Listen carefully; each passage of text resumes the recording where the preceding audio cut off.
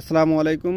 আজকে আমি আপনাদেরকে আমার কেরালা সিম খাতের সিম দেখাচ্ছি। দেখেন, একটি গাছে আপনাদেরকে সিম দেখাবো। একটি গাছে কি পরিমাণ সিম ধরছে একটু লক্ষ্য করেন। একদম গোড়া থেকে দেখাচ্ছি আপনাদের, গোড়া থেকে মাথা পর্যন্ত।